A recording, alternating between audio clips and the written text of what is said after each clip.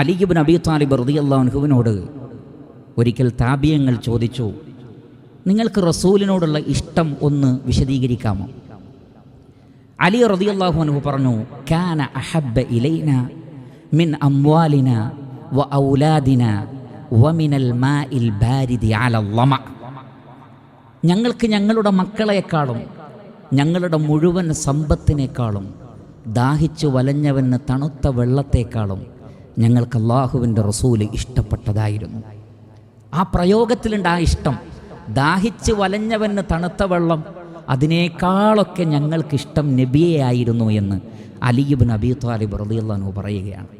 അംർ ഇബ്നുൽ as റളിയല്ലാഹു അൻഹു പറയുകയാണ്, ലൈസ അഹദുൻ അഹബ്ബ ഇലയ്യ മിൻ റസൂലില്ലാഹി സ്വല്ലല്ലാഹു അലൈഹി വസല്ലം വലാ അജല്ല ഫീ ഐനി. അള്ളാഹുവിൻ്റെ റസൂലിനേക്കാൾ എനിക്കിഷ്ടപ്പെട്ട ഒരു മനുഷ്യനുമില്ല. എൻ്റെ കണ്ണുകളിൽ ഇത്രത്തോളം മഹത്വമുള്ള, ഞാൻ ആദരിക്കുന്ന മറ്റൊരു വ്യക്തിയുമില്ല. വീണ്ടും അദ്ദേഹം പറയുകയാണ്, വമാ കുൻതു ഉതീഖു അൻ അംലഅ ഐനയ്യ അൻഹു ഇജ്ലാലൻ ലഹു.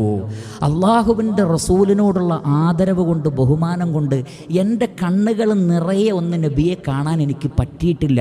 ആ മുഖത്തേക്ക് നോക്കാൻ എനിക്ക് പറ്റിയിട്ടില്ല. ഞാൻ എൻ്റെ കണ്ണുകൾ താഴ്ത്തിപ്പോകും. വലൗ സുഇൽതു അൻ അസിഫഹു ലം അതിഖു ബി. ആരെങ്കിലും എന്നോട് നബിയെ വർണ്ണിക്കാൻ പറഞ്ഞാൽ എനിക്കതിന് സാധ്യമല്ല, ആ വർണ്ണന എനിക്ക് കഴിയില്ല എന്ന് അംർ ഇബ്നുൽ ആസ് റളിയല്ലാഹു അൻഹു പറയുകയാണ്. അത്രമാത്രം അവർ റസൂലുള്ളാഹി സ്വല്ലല്ലാഹു അലൈഹി വസല്ലമയെ സ്നേഹിച്ചിരുന്നു.